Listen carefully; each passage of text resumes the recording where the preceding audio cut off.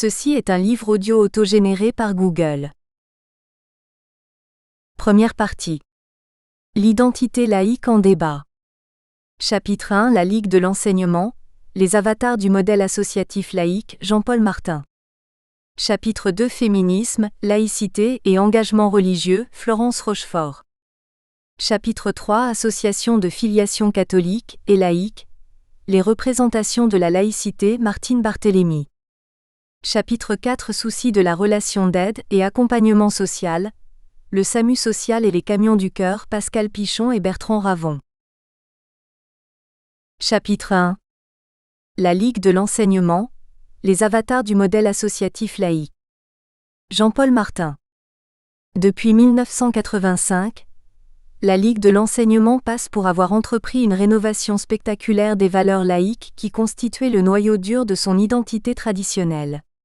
En substance, les enjeux de la laïcité se seraient élargis, mais aussi déplacés, car l'anticléricalisme d'aujourd'hui ne viserait plus principalement les religions, bien qu'il faille sans doute vigilance garder à leur égard, mais les cléricatures civiles, experts arrogants ou abusifs, patrons de droit divin, qui dépossèdent les citoyens de leurs prérogatives et confisquent le débat démocratique. Bref, selon une formule lapidaire, les sermons de carême sont devenus moins dangereux que les cours de la bourse. Quant aux religions, elles peuvent être réévaluées à titre de ressources de sens, voire en tant qu'alliées dans la lutte contre l'exclusion. Nous avons accepté de reconnaître à l'encontre de l'opinion dominante des laïcs au XIXe siècle, que la diversité et le pluralisme ne sont plus contraires à l'unité de la République, et que les religions entre autres dans la société française sécularisée ne sont plus facteurs de division, de reconnaître en conséquence que le droit aux racines, y compris religieuses, doit se conjuguer avec le droit aux options. De reconnaître que les religions ne sont pas vouées à l'extinction dans un avenir prévisible, que la raison ne rend pas compte de tout, que les voies de l'imaginaire et de la spiritualité peuvent encore donner un sens à la vie de bon nombre de nos contemporains, par ailleurs proches de nous par leur attachement aux valeurs de liberté et d'égalité. Une laïcité fondée comme au XIXe siècle sur le refoulement du religieux, n'a plus cours à nos yeux. Nous avons accepté les religions comme fait durable de culture et la France est ainsi faite désormais que lorsqu'un combat s'engage, nous savons qu'il y aura des croyants et des incroyants des deux côtés de la barrière. Il nous faut distinguer désormais entre les gens de dialogue et les gens d'anathème. Au total, c'est donc l'image d'une laïcité de dialogue qui a été privilégiée, faisant de celle-ci une sorte de trait d'union entre des sensibilités religieuses ou agnostiques elles-mêmes diverses. Cette nouvelle laïcité a parfois été qualifiée de délibérative. Elle constitue un référent commun, qui permet à des groupements ou à des personnalités diverses dans l'ordre éducatif, civique, éthique ou culturel, de dialoguer entre eux malgré leurs divergences, Bobéro 1995. À tout le moins, elle tente à être recherche permanente d'équilibre entre valeurs communes de type universaliste et reconnaissance du pluralisme culturel ou éthique. Je me propose ici une rapide mise en perspective historique de ce renversement de posture qui a de quoi déconcerter a priori, quels que soient les termes à travers lesquels on cherche à le saisir, car il semble s'inscrire au rebours de toutes les expériences du passé qui avaient structuré la laïcité comme un combat anticlérical. Or, pareille évolution pose de nombreuses questions. Les unes sur ses conditions de réalisation actuelles. Pourquoi la Ligue, parmi les associations laïques, semble s'y être engagée avec une netteté sinon une ferveur particulière? Y a-t-il des données dans son histoire récente ou plus ancienne, capables d'éclairer cette attitude? Les autres sur sa signification. N'équivaut-elle pas d'abord à une crise d'identité pour les associations laïques? C'est en ce point précis que mon propos rencontre les interrogations qui ont présidé à l'organisation de ces journées d'études. Si en effet, la laïcité est devenue plus ou moins un bien commun, un trait d'union entre des associations d'origines diverses, comment cela n'affecterait-il pas l'identité spécifique des associations laïques? Ne sont-elles pas dans une impasse, plus encore que les associations d'origine confessionnelle qui peuvent toujours se revendiquer d'un héritage, même réinterprété, et le situer aujourd'hui dans le cadre de cette laïcité de dialogue devenue consensuelle?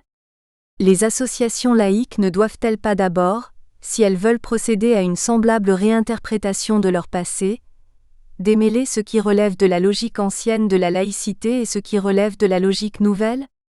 Question subsidiaire, n'ont-elles d'autre issue dans le cadre d'un tel aggiornamento de la laïcité, que de cultiver leur particularisme identitaire? Autrement dit, n'y aurait-il de salut que dans une solution à la belge, fondée sur la juxtaposition de familles spirituelles, où le monde laïque se penserait lui-même comme une famille philosophique particulière, plus ou moins sur le modèle d'une religion, Martin 1994. C'est à l'aune de ces questions que je formulerai quelques remarques, très cavalièrement bien entendu, à propos de l'histoire de la Ligue.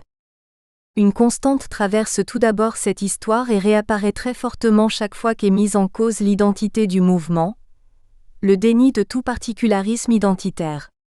J'en prendrai deux exemples à des époques très différentes. En 1947, en présence d'une position démocrate chrétienne qui prétendait mettre sur le même pied les associations laïques et les associations catholiques face au pouvoir public, au nom de l'égalité de traitement des familles spirituelles, la Ligue déclare qu'elle n'accepte pas cette conception. Nous ne sommes pas une famille spirituelle parmi d'autres familles spirituelles, une tendance idéologique parmi d'autres tendances idéologiques. Nous représentons, au-dessus de toutes les diversités d'opinions, l'unité de la République. Alors que les familles spirituelles sont des familles closes, la famille laïque n'est autre que la nation elle-même, unie dans la diversité légitime des opinions et des tendances. De tels propos auraient pu, me semble-t-il, être contresignés, au vocabulaire près, par Jean Massé, qui écrivait en 1870 d'une façon il est vrai moins polémique, dans sa philosophie de la Ligue que la controverse ne peut pas suivre ceux qui montent ensemble du même cœur à l'accomplissement du devoir universel d'amour et de justice. C'est à l'accomplissement de ce devoir universel, passant en l'occurrence par l'éducation de ses semblables que le fondateur de la Ligue ne cessera d'appeler les concours les plus variés, par-delà toute polémique religieuse ou politique, situant du même coup la Ligue, œuvre éducative due à l'initiative privée, non pas sur le terrain de la défense d'intérêts particuliers, catégoriels ou égoïstes, ni même de la revendication d'un particularisme philosophique, mais sur celui de l'intérêt général républicain ou patriotique, devrait-on ajouter, si cette précision n'était redondante bien entendu pour Jean Massé, selon qui prendre en main comme affaire personnelle les choses d'intérêt public, tout le citoyen est là. À ce niveau, la représentation que la Ligue aime à donner d'elle-même et de son action relève donc tout entière d'un registre universaliste, ou peut-être seulement généraliste en fait, qui est en somme postulé à la manière d'une prophétie autoréalisatrice par la nature même de l'activité qu'elle poursuit. Encourager l'éducation sous toutes ses formes, y a-t-il rien de plus légitime et de plus universel?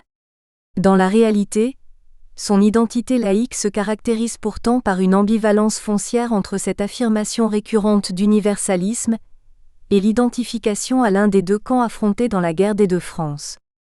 Cela résulte des conditions initiales par lesquelles le mouvement s'est inséré dans la structure sociopolitique française. À l'origine, sous l'Empire libéral, les premiers cercles de la Ligue regroupaient des personnes d'origine politique et même religieuse très diverses, dans certaines limites tout du moins. Massé encourageait cette diversité qui devait prouver avec éclat que l'éducation était une cause suffisamment sacrée pour transcender les oppositions partisanes et réunir, au nom d'un idéal supérieur, des hommes qui par ailleurs s'opposaient dans les luttes du Forum. Certains catholiques, affirmés comme tels, étaient également présents, mais ils se sentirent vite mal à l'aise après les rapides condamnations épiscopales de la Ligue athée. De même après la chute de l'Empire, la Ligue, abandonnée par les bonapartistes, ne regroupa plus que des républicains. Dès lors elle se trouva entraînée, à travers des épisodes successifs qu'il n'entre pas dans mon propos de détailler ici, dans une logique de défense républicaine et de lutte contre l'Église et les associations catholiques. Cette situation de rivalité et de concurrence fut d'ailleurs le principal facteur de sa pérennisation comme force militante, car elle lui permit d'assumer une véritable fonction à long terme dans le système politique, celle de la défense de l'école publique. La Ligue devint de plus en plus une institution républicaine et un relais de l'État enseignant, sans cesser d'être une association militante. Il n'y a pas à s'étonner que cette ambivalence se soit maintenue aussi dans les discours et les représentations de son rôle social. Ceci superpose en permanence la rhétorique de la laïcité de combat à celle plus irénique de la référence à des valeurs universelles, au point qu'il est difficile parfois de s'y retrouver. À cet égard, la position monopolistique obtenue dans le champ du périscolaire laïque au tournant des 19e-20e siècles, moment où l'État lui a confié officieusement une délégation de pouvoir pour superviser et encadrer l'essor de ce secteur, n'a fait que brouiller davantage les repères.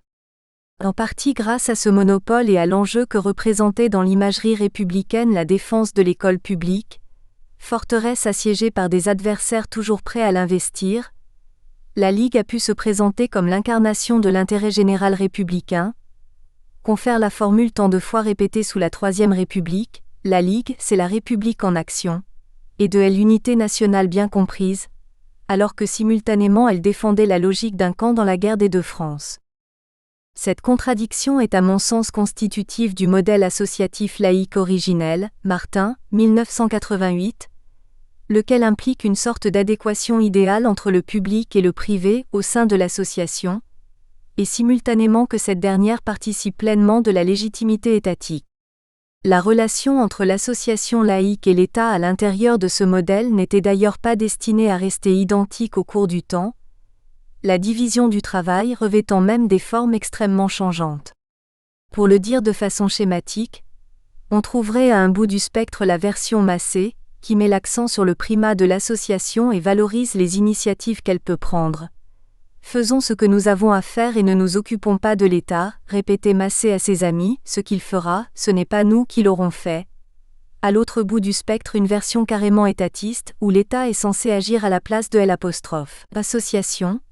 Elle correspond à la phrase fameuse de Belliot, secrétaire général de la Ligue en 1945, « Nous sommes le trust des œuvres éducatives et ce trust n'a qu'une seule ambition, celle de se faire nationaliser. » Et au milieu une version intermédiaire, celle du solidarisme de Léon Bourgeois et Édouard Petit, que résume la formule « Aide-toi, l'État t'aidera », selon laquelle l'État ne doit pas tout absorber mais soutenir les initiatives de type associatif qui se lèvent pour défendre la bonne cause, de l'intérêt général et du bien public. Mais le point important ici c'est que dans tous ces cas de figure, il semble que la relation association-pouvoir public ne puisse pas être véritablement clarifiée, sauf à rompre l'adéquation entre dimension publique et dimension privée de l'association qui est postulée au départ. Cette relation a d'ailleurs pu être décrite par un haut fonctionnaire de la fin du XIXe siècle, qui savait de quoi il parlait, comme un commerce d'amitié et de conversation, fondé sur la confiance personnelle entre les hommes, que la Ligue a su particulièrement cultiver tout au long de son histoire. Autrement dit, une relation de ce type exclut toute formalisation excessive et repose sur une solidarité de type politique en dernier ressort. C'est pourquoi, tant que la République est restée militante, ce modèle n'était pas généralisable à toutes les associations. Il est demeuré partiel et partial, et s'est traduit par le refus d'institutionnaliser le pluralisme, c'est-à-dire par la volonté d'exclure ou de discriminer les associations issues du camp adverse. On voit ce schéma fonctionner dans la citation de 1947, donnée plus haut. Si la Ligue refuse d'être assimilée à une famille spirituelle et se présente comme la nation unie dans la diversité de ses composantes, cela veut dire implicitement que ses adversaires ne représentent point la nation ou l'intérêt général, qu'ils ne peuvent donc être tolérés que sous la forme d'une association privée porteuse d'intérêts particuliers, ce qui veut dire aussi privée de légitimité institutionnelle. Pour la tradition laïque, le débat sur l'associatif confessionnel se pose d'ailleurs ici exactement dans les mêmes termes que le débat sur l'école catholique. Les adversaires peuvent être tolérés, ils ne peuvent pas être reconnus par les pouvoirs publics, tandis que les laïcs prétendent, eux, au monopole de cette reconnaissance. Pour confirmer cette hypothèse, on relèvera que dans d'autres secteurs, où l'enjeu politique du monopole laïque n'était pas aussi fort, l'évolution vers la laïcité-neutralité du dispositif association-État a été beaucoup plus rapide. Ainsi dans le domaine de l'assistance, où dès avant 1914, les associations d'origine confessionnelle se sont vues accorder un label d'intérêt général dans un climat relativement consensuel, Beck, 1994. Reste alors à se demander comment, dans le cas de la Ligue, s'est déstructuré ce modèle associatif laïque.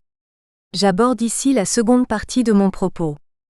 L'analyse qui précède suggère que la transformation de l'enjeu scolaire a joué un rôle déterminant dans cette évolution. La défense institutionnelle de l'école laïque contre l'école privée a été historiquement le facteur principal de cristallisation du modèle. Et l'échec des laïcs entre 1982 et 1984 dans leur tentative d'abolir le pluralisme scolaire est la donnée de base qui a permis l'essor du nouveau discours sur la laïcité dans la Ligue au cours de la période la plus récente. Sans développer ce point qui semble largement acquis, je fais néanmoins l'hypothèse que si l'échec des laïcs sur l'école privée a brisé un tabou, il a également libéré une capacité de rénovation de la laïcité qui était bridée jusque-là, mais qui vient de plus loin et de plus profond. Quelques pistes peuvent être esquissées ici, en s'abstenant de remonter trop loin dans le passé. Dès les années 1960 à 1970, la Ligue avait développé ses activités hors du secteur éducation nationale stricto sensu, en élargissant ses préoccupations au domaine alors très en vogue de l'animation socioculturelle et de l'éducation permanente. Bientôt elle se positionnera aussi comme un réseau d'entreprises d'économie sociale. À ces divers titres, elle est amenée à fréquenter d'autres sphères associatives que celles de la laïcité militante, associations de jeunesse et d'éducation populaire issues des milieux confessionnels ou de la mouvance laïque neutre. Ces confrontations ne furent pas sans problème dans un premier temps, pour des raisons idéologiques comme pour des raisons de territoire, et elles ont certainement entraîné des frictions, il faudrait étudier cela de plus près. Mais des rapprochements se sont aussi esquissés, sous le signe d'un essor puissant de l'idéologie associative qui a été dominante au cours des années 1975 à 1985. Celle-ci a mis en valeur des conceptions de la vie associative et de la relation association-État, d'une tonalité sensiblement différente du modèle laïque traditionnel, comme de la conception libérale classique reposant sur une stricte séparation des sphères privées et publiques, Chevalier 1981. Trois aspects marquent ici le renouvellement. Premièrement, l'intérêt général n'est plus considéré comme une donnée autoproclamée a priori, et non négociable, il tend à devenir le produit d'un arbitrage entre les demandes sociales. Deuxièmement, l'État-providence est censé exercer cette fonction d'arbitrage non sur la base d'affinité ou d'exclusion politique préalable, mais à travers une formalisation de plus en plus poussée de liens de partenariat impliquant contractualisation, cahier des charges précis et contrôle de leur exécution, et impliquant surtout que toutes les associations soient traitées avec une objectivité sociale égale, la neutralité ainsi proclamée de L'. L'État généralise donc les requisites mis en œuvre avec plus ou moins de réussite, avant 1914 dans le domaine de l'assistance, entre les deux guerres dans celui du sport, en 1947 par la doctrine Bourdan sur les associations de jeunesse et d'éducation populaire, Martin, 1986, pp 48 à 51. Enfin, à travers l'émergence du thème de la société civile, les associations se voient confier la mission d'expérimenter, d'innover et de revitaliser la démocratie par plus de participation. Sans se rallier d'emblée à tous les aspects de cette idéologie qui concrétisait une approche pluraliste de la vie associative, différente de sa tradition propre, la Ligue a su alors, me semble-t-il, composer avec elle, et tirer parti des prises nouvelles qu'elle lui offrait dans des secteurs qui l'éloignaient de ses bases d'origine et de ses partenaires du CNAL. Elle a d'ailleurs participé à la plupart des grands regroupements associatifs qui se sont érigés, à partir des années 1970 à 1980, en instance de représentation de la vie associative. Cette situation n'a pu qu'ébranler à mon sens le modèle laïque traditionnel, devenu peu opératoire dès lors que les laïcs n'étaient plus en capacité de recréer leur position monopolistique, dans les divers champs où ils intervenaient. À cela s'est ajoutée la découverte par la Ligue, du multiculturalisme de la société française. Découverte qui a commencé bien avant les années 1980 à travers la question des langues et cultures régionales, et qui s'inscrivait elle-même dans une remise en cause de la culture politique républicaine jacobine, déjà fortement contestée par les guerres coloniales. Là aussi des approfondissements s'imposeraient. Il semble bien que dans la phase la plus contemporaine de l'histoire de la Ligue, la mise à jour de la diversité culturelle autochtone de la France et la prise de distance à l'égard d'un colonialisme assimilateur, soit allée de pair pour l'amener finalement à prendre en compte la spécificité des cultures immigrées et plus tard de l'islam. Démarche en rupture avec sa tradition, en ce sens qu'elle tente à positiver le pluralisme culturel et qu'elle s'efforce de redéfinir le rapport entre universalisme et particularisme tantôt d'une manière dialectique. Il est nécessaire de reconnaître la part d'universel contenue dans les différentes cultures singulières, tantôt en légitimant un troisième terme. Nous reconnaissons qu'en deçà des valeurs universelles et au-delà de la singularité de chaque individu, il y a une entité, intermédiaire en quelque sorte entre le particulier et universel, qui structure des groupes d'individus sur le mode culturel et que nous appelons faute de mieux, l'identité culturelle. Cette identité pouvant être simultanément ethnique, religieuse, politique, géographique. On pouvait alors logiquement penser que les laïcs en arriveraient à cultiver pour eux-mêmes cette identité intermédiaire, qu'ils reconnaissent désormais légitime, pour les autres. À l'heure où la reconnaissance des identités culturelles devenait une problématique majeure de la démocratie, n'était-il pas légitime de se repositionner dans le débat public au nom des valeurs issues de la culture laïque, quitte à les moderniser? Or la Ligue semble avoir fort peu investi dans cette direction, sauf peut-être à travers quelques initiatives, d'interprétation difficiles d'ailleurs. Dans l'ensemble, elle a répugné à présenter la laïcité comme l'expression d'une culture ou d'une philosophie particulière. Sa manière de revisiter l'histoire de la laïcité est symptomatique à cet égard, et on sait le rôle joué par l'histoire dans tout processus de redéfinition identitaire. Sous couvert d'un retour aux sources, la démarche suivie a été en fait originale. Elle a consisté d'abord, en convergence avec des travaux conduits par des spécialistes, à faire émerger l'idée d'une laïcité préexistante à la question scolaire et même à la question religieuse, en perpétuelle évolution, alimentée par une pluralité d'auteurs, manière de montrer qu'elle n'est pas monolithique, qu'elle est au contraire complexe, et surtout qu'elle nous autorise à penser que le concept, pour vivre, doit sans cesse être remis en question. Palao 2001. Démarche qui semble tourner le dos à la tentation patrimoniale, pour laisser libre cours aux interprétations.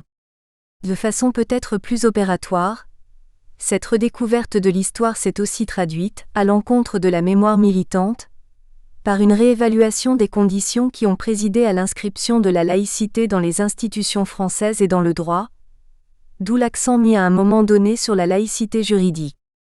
Au total, c'est sur un véritable désenclavement de la notion de laïcité que débouche cette démarche de rénovation. À la limite, point de sujet de société qui soit étranger à la laïcité, dès lors qu'ils mettent en cause les valeurs communes, le vivre ensemble. On verra ainsi la laïcité être associée à des réflexions sur l'entreprise et la mondialisation, la communication, la bioéthique, etc. En pratique, c'est pourtant aujourd'hui la question des identités culturelles et de leur rapport avec l'identité nationale, en particulier la place d'une minorité musulmane dans la République française qui en devient un des enjeux essentiels, permettant du même coup à la Ligue de jouer un rôle beaucoup plus central dans l'espace politique. Les initiatives qu'elle a prises sur cette question sont exemplaires, comme l'a bien analysé Yves Palao, de sa volonté de jouer un rôle de médiateur et de construire de nouveaux référentiels pour les politiques publiques, Palao 2001, ce qu'illustre en particulier la création de la commission Islam et laïcité en 1996.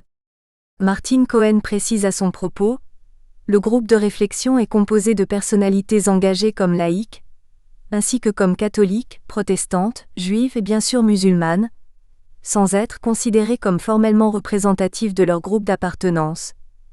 Les parties en présence affirment clairement leur volonté de dépasser leur point de vue particulier pour élaborer des propositions communes. Le groupe fonctionne comme un lieu d'échange informel. Dans les faits, il s'y effectue une transmission non autoritaire de connaissances à propos de l'histoire et des règles de la laïcité, tandis que les musulmans font connaître leur histoire, leur religion, leur culture, leurs revendications, leurs attentes et leurs griefs.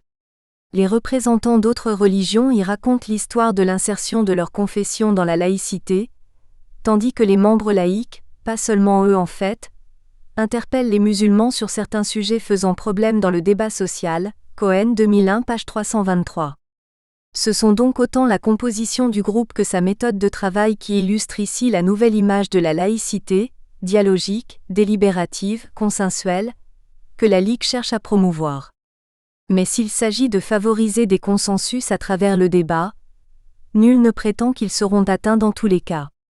De ce point de vue, La démarche n'est pas purement relativiste, mais elle consiste au moins à proposer telle réponse précise, qu'à influer sur la manière de poser les termes du débat.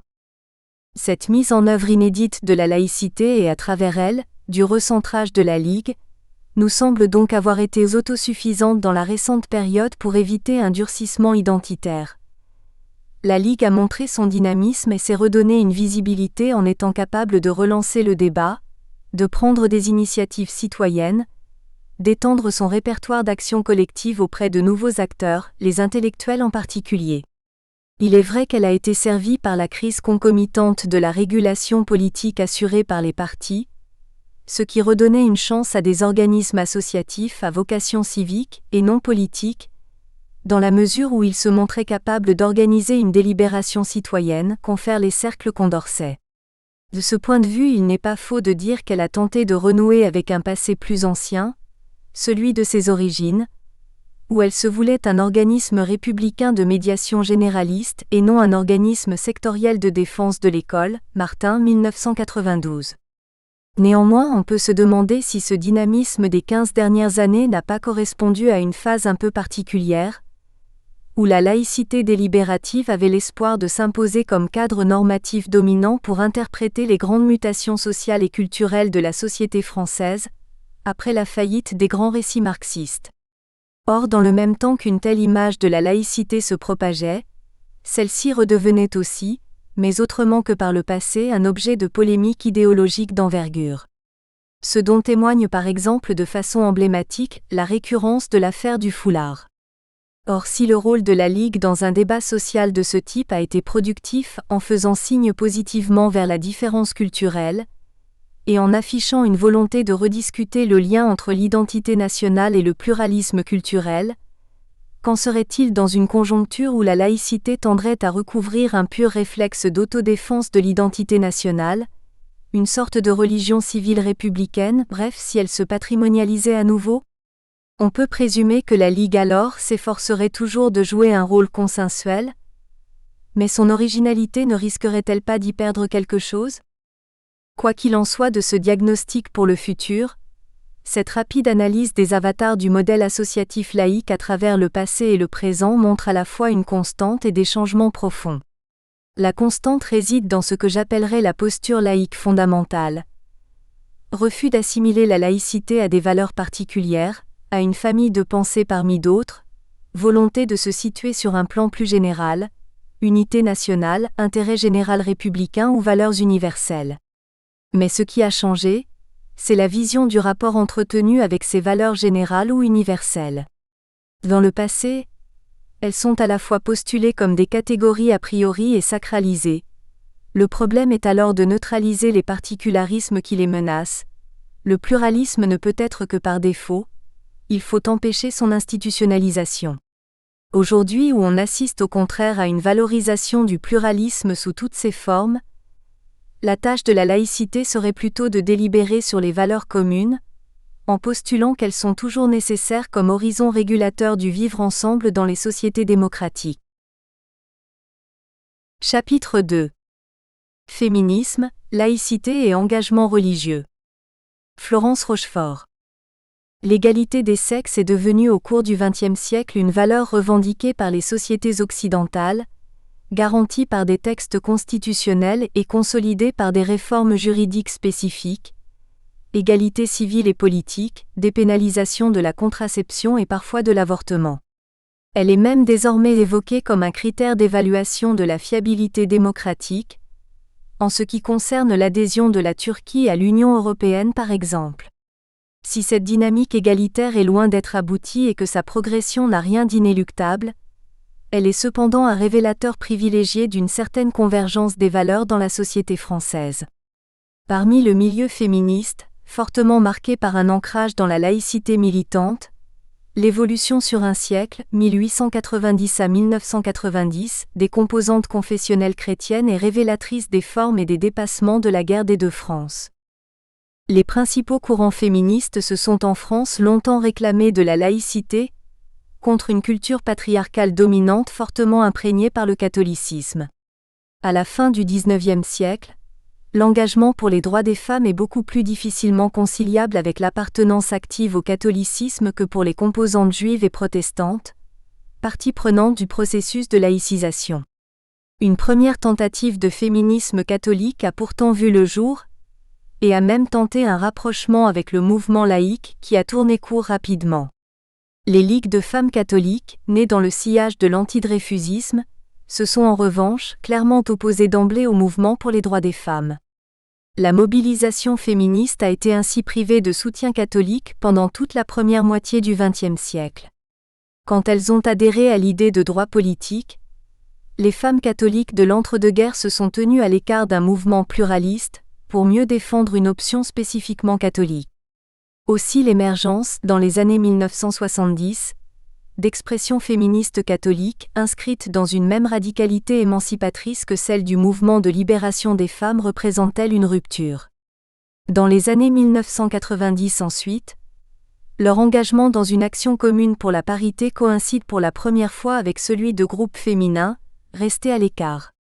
À travers ces divergences puis ces convergences entre féminisme non confessionnel et féminisme catholique. Nous espérons que vous avez apprécié cet aperçu. Pour continuer à écouter ce livre audio sur Google Play Livres, utilisez le lien dans la description de la vidéo.